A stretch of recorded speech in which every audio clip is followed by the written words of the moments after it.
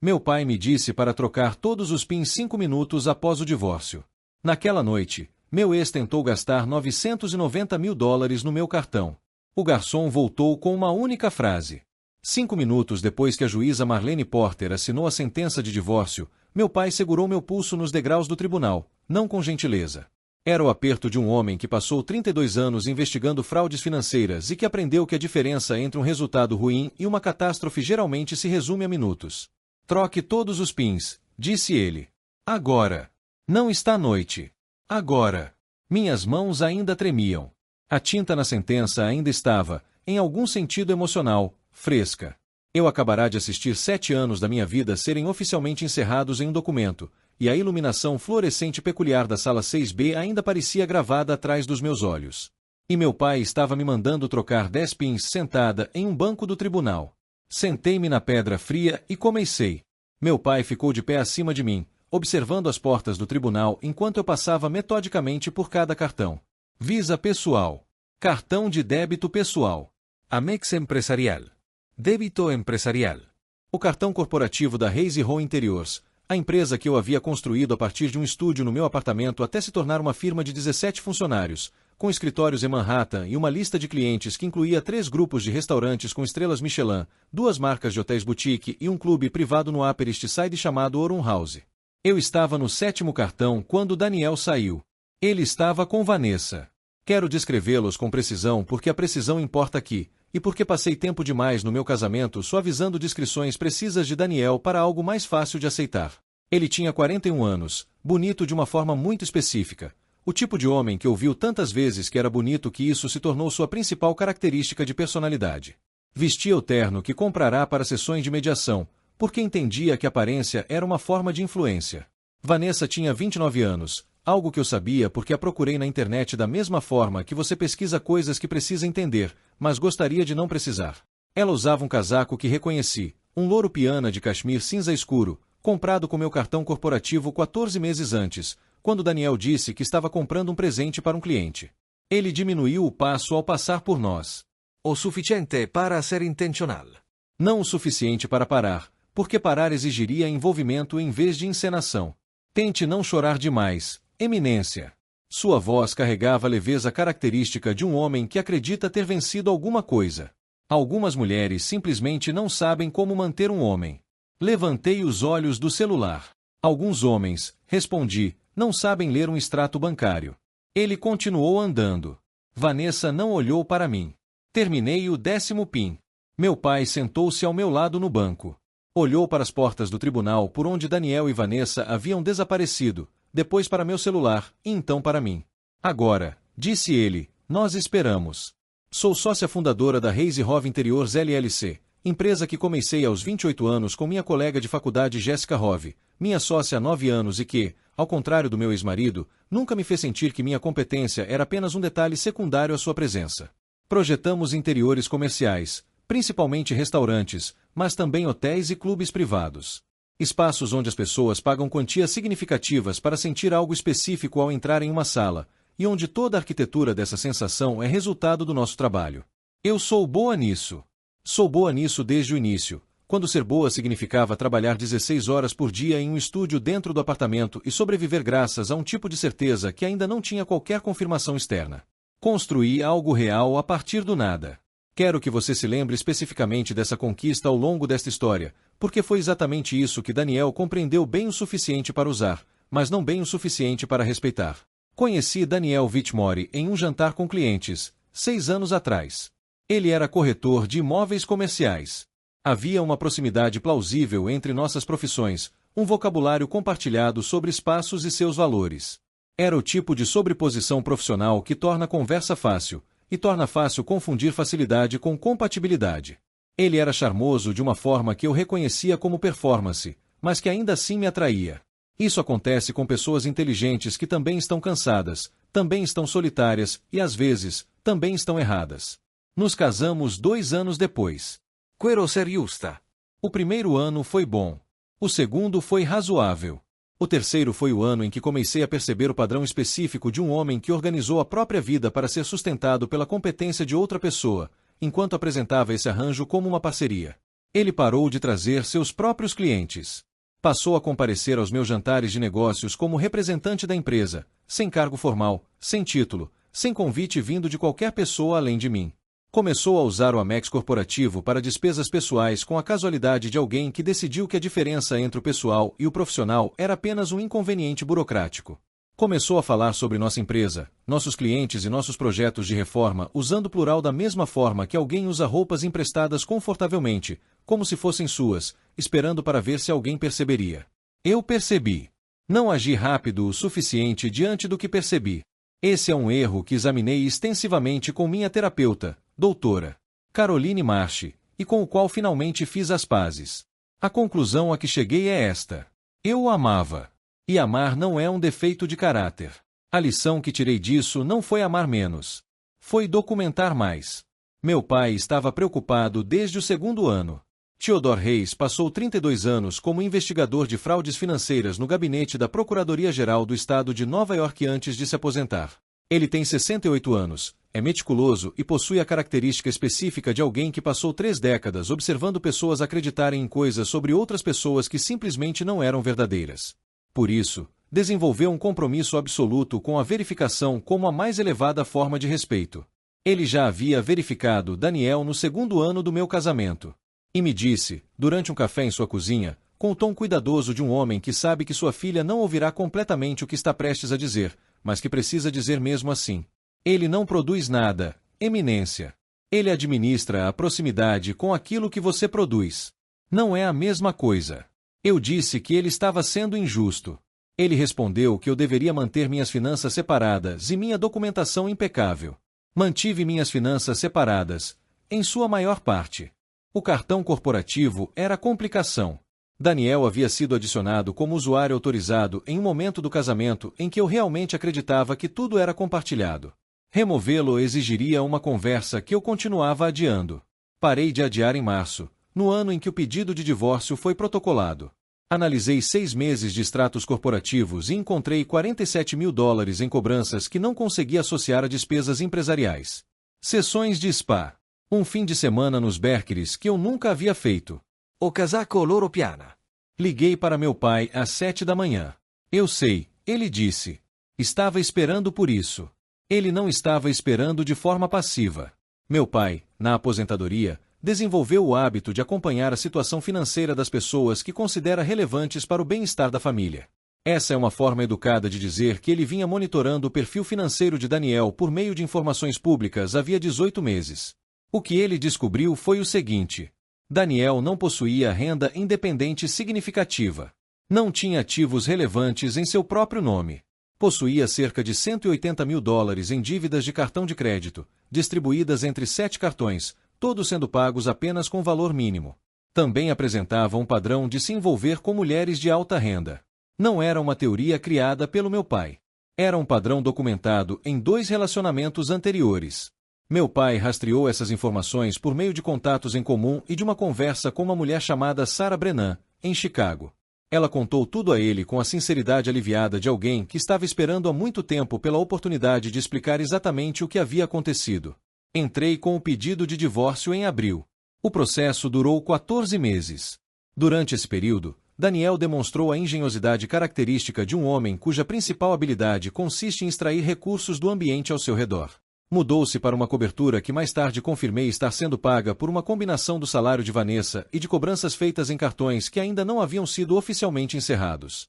Contratou um advogado e contestou cada linha do acordo de separação com o vigor de alguém que acredita que insistência é uma forma de direito adquirido. No decreto final, ele não recebeu nada da Reis e Rove. A empresa existia antes do casamento e era claramente minha propriedade exclusiva. Recebeu apenas uma compensação financeira referente aos bens conjugais. Foi significativamente menor do que ele exigia e significativamente maior do que eu acreditava que ele merecia. Mas minha advogada, Margaret Kahn, com 24 anos de atuação em direito de família em Nova York, o tipo de profissional que entra em uma negociação já sabendo como ela terminará, avaliou que aquela era a solução mais eficiente. Assinamos os documentos numa manhã de quinta-feira. Minhas mãos ainda tremiam quando saí do tribunal. Meu pai segurou meu pulso nos degraus. Troque todos os pins agora mesmo. Não está noite. Agora. Àquela altura, eu já havia aprendido que, quando ele falava com aquele tom de voz, o melhor era obedecer. Orun House fica no Upper East Side, em um prédio que foi um clube social privado nos anos 1920 que manteve, através de diversas mudanças de proprietários, a estética característica de um lugar que sempre foi caro e sabe disso. Os membros pagam $28.000 por ano para ter acesso. A Sala Sapphire é um espaço privado dentro do clube que exige reserva separada, depósito antecipado e um nível de familiaridade com a equipe que só se adquire com uso frequente. A Hazy Hove era associada do clube havia 4 anos. A filiação foi ideia minha. Realizávamos jantares com clientes 2 vezes por ano ali, e as salas privadas eram úteis para consultas com clientes que preferiam não ser vistos em locais públicos com seus designers. O cartão empresarial preto fosco com o nome da empresa, que dava acesso à conta corporativa do clube, ficava tanto na minha carteira quanto na carteira de Daniel durante a maior parte do casamento, porque eu o havia adicionado como convidado autorizado. Eu ainda não o tinha removido. Troquei os pins. Cancelei os cartões que estavam exclusivamente em meu nome. Mas a associação corporativa do clube, cobrada anualmente e que exigia um procedimento separado para remover acessos de convidados, ainda estava pendente quando Daniel saiu da sala 6B do tribunal. Eu não sabia que ele ainda tinha o cartão. Meu pai sabia. Foi por isso que ele disse agora. Às 20h40 daquela noite, meu celular começou a disparar notificações. Eu estava sentada à mesa da cozinha do apartamento do meu pai, em Midtown, comendo comida chinesa para a viagem quando os alertas começaram. Não foi 1 ou 2 notificações. Foi uma avalanche. Alertas de fraude do Amex corporativo. Do cartão de débito empresarial. De um cartão que eu acreditava ter sido completamente cancelado 6 semanas antes. Meu pai estava sentado à minha frente com uma xícara de café, observando os alertas se acumularem na tela. Ele está no clube, disse meu pai. Não era uma pergunta. Abri o aplicativo do Amex. Conta corporativa da Hazy Hove. Tentativas de transações em tempo real. Orun House, 20H43. Stati Uniti dollaro 340 champane. Serviço inicial da mesa. Orun House, 20H51. US dollars 1.200 ostras. Primeira etapa do jantar. Orun House, 21h02. US cifrão 4.800 menu degustação de vagil em uma sala privada. Orun House, 21h14. US cifrão 28.000 Bordeaux. 2 garrafas da safra de 1982. Pousei os hashi sobre a mesa. Orun House, 21h22. Solicitação de autorização compra de joias. $640.000. A solicitação foi recusada. Todas as cobranças anteriores haviam sido processadas antes de o cancelamento dos cartões ser concluído, algo que às vezes leva horas nos sistemas bancários. Mas às 21h22 os cancelamentos já estavam totalmente efetivados. Recusado. Meu pai serviu mais café para si mesmo. Agora o verdadeiro divórcio começa, disse ele. Quero descrever o que estava acontecendo no Orun House às 21h22 porque mais tarde recebi as imagens de segurança e os relatos da equipe, e quero que você tenha o quadro completo. A Sala Sapphire havia sido reservada usando a associação corporativa da Hazy Hove. Daniel ligou naquela tarde. Confirmei isso depois pelos registros telefônicos do clube, e fez a reserva como convidado autorizado da associação. Tecnicamente, ele ainda era um convidado autorizado naquele momento, porque a atualização da lista de acesso ainda não havia sido processada. Ele fez os pedidos com a deliberação específica de um homem que sabe que não será ele quem pagará a conta. Primeiro champanhe, para estabelecer o tom da noite. Depois as ostras. Depois o vagil. O menu degustação completo, não apenas um prato individual, porque o menu degustação inclui diversos extras. Depois o Bordeaux. O sommelier havia apresentado aquelas garrafas como as mais importantes da adega. Daniel as escolheu sem sequer fazer uma pausa para consultar Vanessa. 2 garrafas de Chantal Petrus 1982. Depois veio a bandeja de joias. O Orun House possui uma parceria com uma joalheria que realiza apresentações privadas mediante agendamento na Sala Sapphire e em outros espaços reservados. Segundo o relato posterior da joalheria, a bandeja apresentada a Daniel e Vanessa naquela noite continha 7 peças. Vanessa escolheu o colar Sapphire. E era, quero ser precisa porque o valor importa, de $640.000. Daniel entregou meu cartão corporativo preto fosco. O garçom saiu para processar a compra. Passaram-se 3 minutos. Talvez 4. Então ele voltou. Tem o relato exato da equipe, fornecido por Caroline Mercer, diretora-geral do Orun House, que trabalha na propriedade há 21 anos e me ligou pessoalmente às 21h46 daquela noite com o tom de arrependimento profissionalmente controlado de alguém que, no fundo, estava bastante satisfeito em transmitir a informação. Sr. Whitmore, sinto muito. O pagamento falhou. Daniel franziu a testa. Pediu que tentassem novamente. Já haviam tentado. Pediu um cartão reserva. Não havia cartão reserva. Todos os cartões vinculados à conta corporativa haviam sido cancelados ou estavam recusando transações. O total da mesa, comida, vinho, serviço e o colar que Vanessa já havia posado para fotografias usando era de $990 mil. O sorriso de Vanessa desapareceu. Daniel me ligou às 21h07. Deixei tocar. A primeira mensagem de voz chegou às 21h08. Emily, para de fazer joguinhos. Eu sei o que você está fazendo. Me liga agora. A segunda chegou às 21h19. Olha, o cartão está com algum problema. Apenas aprove a cobrança esta noite e eu te devolvo quando a liquidação da divisão de bens for concluída. Isso não é nada demais. As mensagens de texto começaram às 21h23, aproximadamente quando a compra das joias foi recusada e toda a dimensão da situação ficou clara. Você está sendo mesquinha. Foi por isso que nosso casamento fracassou. Você usa dinheiro como arma. Você me deve dignidade depois de tudo o que eu dei para esse relacionamento. Emily, atende o telefone. Li tudo isso na mesa da cozinha do meu pai enquanto terminava os últimos guiosas. Meu pai também leu. Eu havia virado a tela para que ambos pudéssemos ver. Ele não disse nada. É o que meu pai faz quando as evidências estão falando com clareza suficiente para tornar qualquer comentário desnecessário. Às 21h46, o Orun House ligou diretamente. Caroline Mercer estava na linha. Ela explicou a situação. O Sr. Whitmore. As cobranças. A autorização recusada. A compra das joias. Ela usou a palavra situação com o profissionalismo específico de alguém que já administrou muitas situações e sabe quais delas exigem mais do que apenas compostura profissional. Meu ex-marido, expliquei, teve o divórcio finalizado hoje. Houve uma pausa. Entendo, respondeu ela. Não parecia surpresa. Foi a pausa de alguém recalibrando informações, não de alguém descobrindo algo novo. Há também uma questão relacionada ao comprovante de autorização da joia, continuou ela. O Sr. Whitmore assinou o nome da sua empresa no documento. Meu pai puso a xícara de café.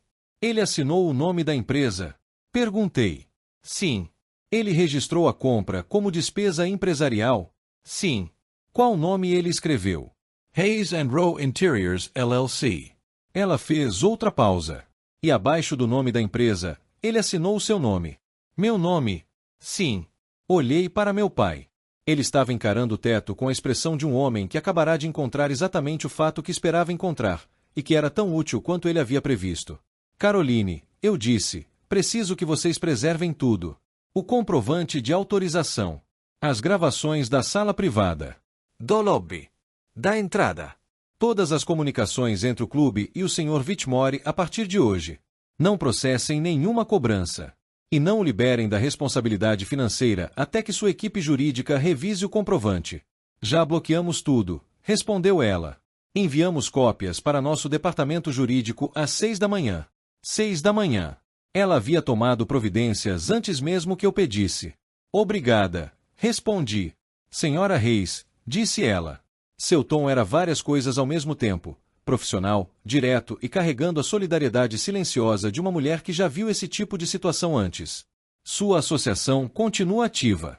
Esperamos recebê-la em sua próxima visita. Margaret Kahn chegou ao meu escritório às 8h30 da manhã seguinte. Margaret atua no direito de família em Nova York há 24 anos e tem o jeito de alguém que já lidou com todas as variações possíveis de disputas financeiras domésticas que a cidade pode produzir e desenvolveu uma classificação completa para todas elas. Ela tem 53 anos, é precisa e fala em frases completas que contêm exatamente a informação necessária, nada mais. Meu pai já estava no escritório quando ela chegou. Ele havia organizado todas as evidências durante a noite. Com 22 mensagens de texto, capturadas em imagens e com horários registrados. Com 3 mensagens de voz transcritas e datadas. Ao registro de chamadas do Orun House mostrando a ligação de Daniel para fazer a reserva naquela tarde. A linha do tempo das gravações de segurança fornecida por Caroline. Daniel chegando às 20h36. Vanessa com ele. Ambos entrando na sala Sapphire. O registro do Amex corporativo mostrando as tentativas de cobrança. O comprovante de autorização com a assinatura de Daniel usando o nome da minha empresa. Meu pai organizou tudo em uma pasta que chamou, com o humor seco de um investigador de fraudes aposentado. Prova até quantas provas forem necessárias. Margarete revisou tudo em 22 minutos. O comprovante de autorização, disse ela. Ele escreveu o nome da sua empresa e depois assinou o seu nome. Ele não copiou minha assinatura, respondi. Apenas escreveu meu nome. Ele presumiu que ninguém questionaria isso, disse ela. Ou simplesmente não pensou nas consequências. Ele raramente pensa. Ela continuou. As mensagens de texto demonstram que ele sabia que as cobranças não estavam autorizadas. A segunda mensagem de voz pede que você aprove a cobrança retroativamente, o que significa que ele sabia que não tinha autorização antes de iniciar a transação. Ela fechou a pasta. Temos tentativa de uso não autorizado de instrumento financeiro. Possível falsificação. E, dependendo da intenção dele, potencialmente fraude. Ela levantou os olhos. A questão é, você quer seguir com isso criminalmente, civilmente ou usar como vantagem em qualquer aspecto restante do acordo? Quero seguir com tudo, respondi. Tudo o que estiver disponível. Margaret assentiu. Ela tinha a expressão de alguém que recebeu exatamente a resposta que esperava e a considerou profissionalmente satisfatória. Há mais uma coisa, disse ela. Ele apareceu no lobby do seu prédio esta manhã. Daniel estava no lobby quando cheguei. Usava óculos escuros. Era uma manhã nublada de quinta-feira em outubro. Os óculos não tinham qualquer função prática. Portanto, eram uma escolha. A escolha de um homem que acredita que acessórios são uma forma de autoridade. Pedi à segurança que o mantivesse na recepção. Então liguei para ele do meu escritório e coloquei a chamada no viva voz. Margarete ficou próxima à janela. Meu pai permaneceu perto da porta. Jéssica, minha sócia, sentou-se à mesa de reuniões porque estava no escritório quando meu pai chegou e havia dito, com a objetividade característica de uma mulher que me viu atravessar 9 anos daquele casamento. Eu não vou a lugar nenhum. Daniel, eu disse, saia do prédio. Precisamos conversar, respondeu ele. Sua voz ainda tinha o tom de um homem que acredita que a situação continua administrável. O que aconteceu ontem foi um mal-entendido. Eu tinha motivos para acreditar que a conta ainda estava acessível de acordo com o acordo de divórcio. Você tentou gastar $990 mil usando minha associação corporativa 5 horas depois da finalização do nosso divórcio, respondi. O lobby era aberto. A voz dele ecoava pelo espaço. As câmeras da recepção transmitiam para um monitor no meu escritório. Observei as pessoas presentes. Um cliente aguardando uma reunião das 9 horas. 2 designers juniores chegando para a reunião da manhã. Todos registraram o que eu havia dito. Aquela quietude específica de pessoas que entenderam algo importante e estão decidindo se devem fingir que não entenderam. Deixe-o continuar falando, disse meu pai. Daniel continuou. Disse que o clube ficaria do lado dele. Disse que conhecia pessoas lá. O que era interessante, porque todas as pessoas que ele conhecia lá eram pessoas que havia conhecido através da minha associação. Ou seja, eram minhas pessoas em todos os sentidos relevantes. Disse que as despesas estavam previstas no acordo de divórcio. Não estavam. Margarete havia revisado cada linha do acordo na noite anterior. Não existia qualquer cláusula relacionada a acesso ao clube ou despesas de entretenimento. Depois ele disse que eu estava fazendo aquilo para humilhá-lo porque nunca o perdoei por causa de Vanessa. Foi a primeira coisa que ele disse que continha alguma verdade. Embora a palavra perdoar estivesse fazendo um trabalho enorme numa frase que, supostamente, era sobre autorização de despesas. Margarete tinha o comprovante de autorização sobre minha mesa. Ela o colocou diante de mim. Hayes and Rowe Interiors, LLC. Escrito pela mão de Daniel. Abaixo. Emily Hayes. Também escrito pela mão de Daniel. Ele não tentou imitar minha assinatura. Apenas escreveu meu nome. De uma forma claramente diferente da minha assinatura para qualquer pessoa que já tivesse visto minha assinatura. O que incluía todos que trabalhavam no meu escritório havia 9 anos. E qualquer funcionário do Orun House que lidasse profissionalmente com autorizações.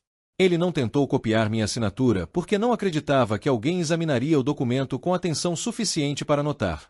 Essa suposição, a de que ninguém estava prestando atenção, era exatamente a mesma suposição que caracterizou toda a relação dele com minhas finanças. E, pensei naquele momento, era provavelmente a coisa mais reveladora que eu havia aprendido sobre ele em 7 anos.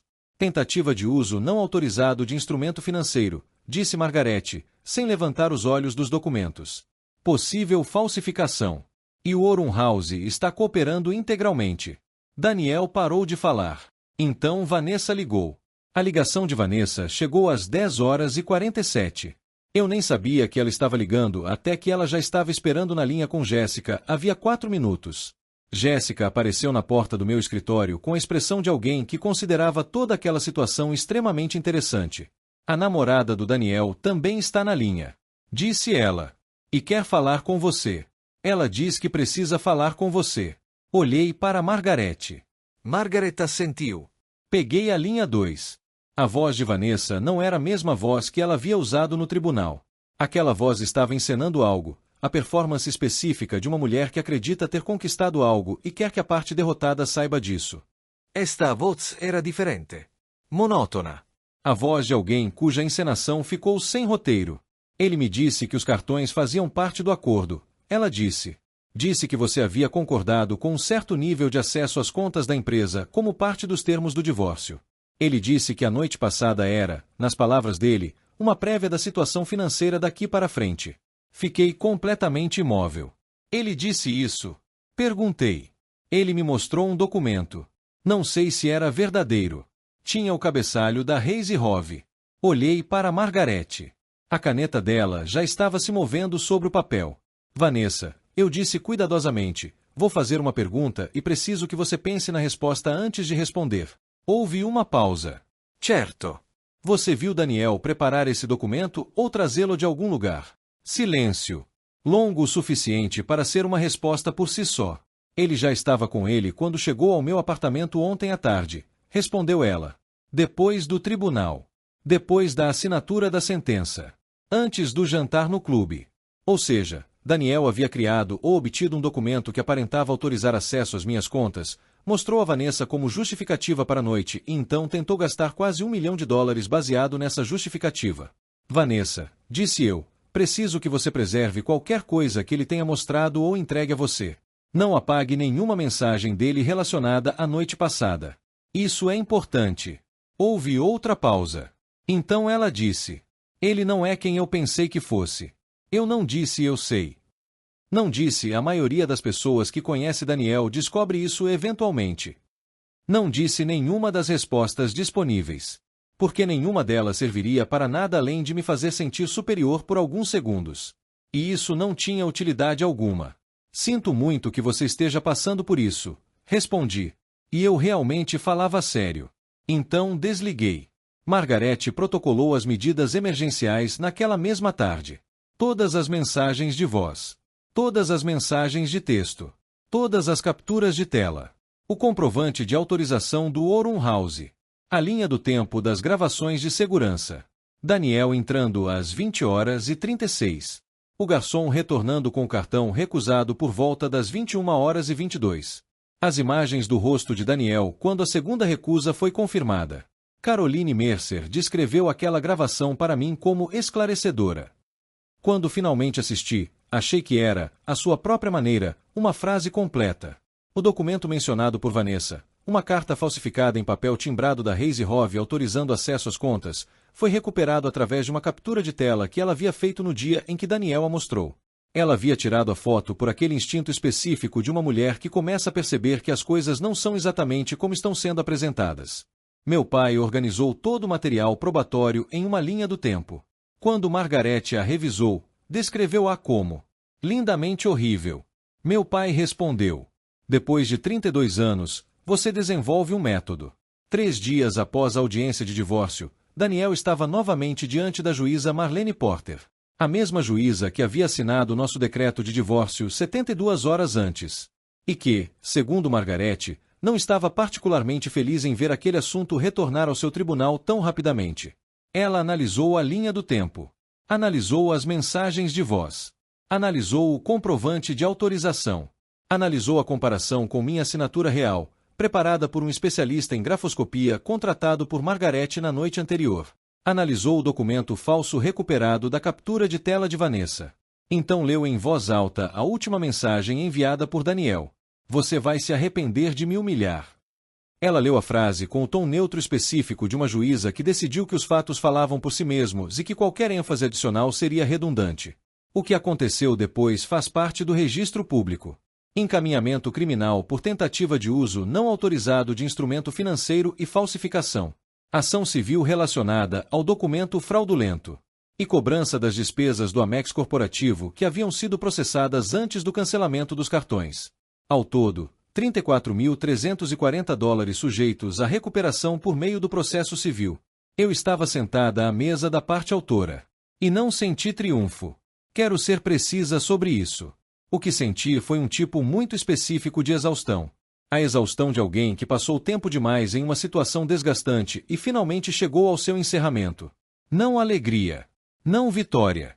Mas o alívio particular de algo finalmente terminado e devidamente documentado. Meu pai estava na plateia. Ele havia se vestido para a ocasião. Usava o terno que reservava para eventos importantes. Azul marinho. Perfeitamente passado. E a gravata que eu lhe dera em seu aniversário de 65 anos. Sentou-se com as mãos cruzadas sobre o colo. Com a expressão de um homem que observava um processo que ajudou a iniciar chegar exatamente à conclusão esperada. Depois da audiência, Daniel me esperava perto dos elevadores. Em apenas 72 horas, ele havia sido reduzido de um homem que diminuía o passo nos degraus do tribunal para me provocar discretamente, confiante, calculado, com a namorada ao lado e sua autoridade emprestada intacta, a um homem parado diante de um conjunto de elevadores que parecia pequeno pela primeira vez desde que eu o conheci. Não fisicamente, mas da forma como pessoas sustentadas pelos recursos dos outros parecem quando esses recursos desaparecem. Sem estrutura. Aquela deflação específica de alguém cuja performance foi cancelada. Você me destruiu, disse ele. Observei seu rosto. Aquele já havia sido o rosto pelo qual eu perdoava coisas. O rosto para o qual eu pedia desculpas quando ele era cruel, porque seu descontentamento parecia um veredito do qual eu precisava recorrer. O rosto para o qual eu inventava explicações. Ele está sob pressão. Ele está passando por dificuldades. Ele não quis dizer isso da forma como pareceu. Agora era apenas um rosto. O rosto de um homem que assinou meu nome em uma autorização para comprar um colar de $640 mil 5 horas depois da conclusão do nosso divórcio. Não, respondi. Eu apenas parei de pagar por você. O elevador chegou. Entrei. 6 meses depois, estou novamente sentada à mesa da cozinha do meu pai. Não em uma crise. Apenas tomando café em um domingo. Daqueles encontros que não têm objetivo algum além do próprio encontro. Meu pai está lendo. Eu estou respondendo e-mails. A manhã de domingo está fazendo aquilo que as manhãs de domingo fazem em Midtown durante a primavera. Aquela qualidade particular da luz e do silêncio reduzido que faz a cidade parecer, por alguns instantes, algo que você escolheu viver em vez de algo que simplesmente suporta. A Hazy Hove tem um novo restaurante para inaugurar em março. Também há um novo hotel de um cliente antigo no Meapakin District, um projeto com o qual estou genuinamente animada. O conceito é ambicioso. O orçamento é real. E o cliente confia em nós para lidar com ambos. Essa é a combinação que produz os melhores trabalhos. O Amex corporativo foi completamente reestruturado. Sem convidados autorizados. Novos controles. Novos protocolos. Meu pai analisou toda a nova estrutura da conta e disse: é assim que deveria ter sido desde o início. Ele estava certo. E eu não respondi eu sei. Respondi. Você estava certo desde o segundo ano. Ele disse. Você precisava descobrir isso por conta própria. Eu sei, respondi. Os processos civis ainda estão em andamento. O encaminhamento criminal produziu, no ritmo habitual das instituições, um resultado que faz parte do registro público. Por isso posso dizer que terminou com um acordo judicial envolvendo uma acusação reduzida, multa e obrigações de restituição financeira pelos valores que foram efetivamente cobrados antes do cancelamento dos cartões. Pelo que soube através de um contato em comum, Vanessa não está mais com Daniel. Eu nunca entrei em contato com ela. Ela também nunca entrou em contato comigo. Penso nela daquela forma complicada como pensamos em alguém que participou de algo que nos machucou e que, ao mesmo tempo, também foi enganada. Não com carinho. Não com hostilidade especial. Apenas com uma compreensão precisa de uma situação que era muito mais complexa do que parecia nos degraus do tribunal. Meu pai levanta os olhos do livro. E o projeto do restaurante? Como está indo? Bem, respondo. O projeto da cozinha é a parte difícil. Sempre é. Ele faz um gesto de compreensão. A cozinha é sempre o lugar onde tudo funciona ou tudo dá errado. Sim, respondo. É por isso que você faz direito da primeira vez. Ele volta para a leitura. Eu volto para os meus e-mails. Lá fora, a manhã de domingo continua sendo exatamente o que é. E, pela primeira vez em muito tempo, isso é suficiente.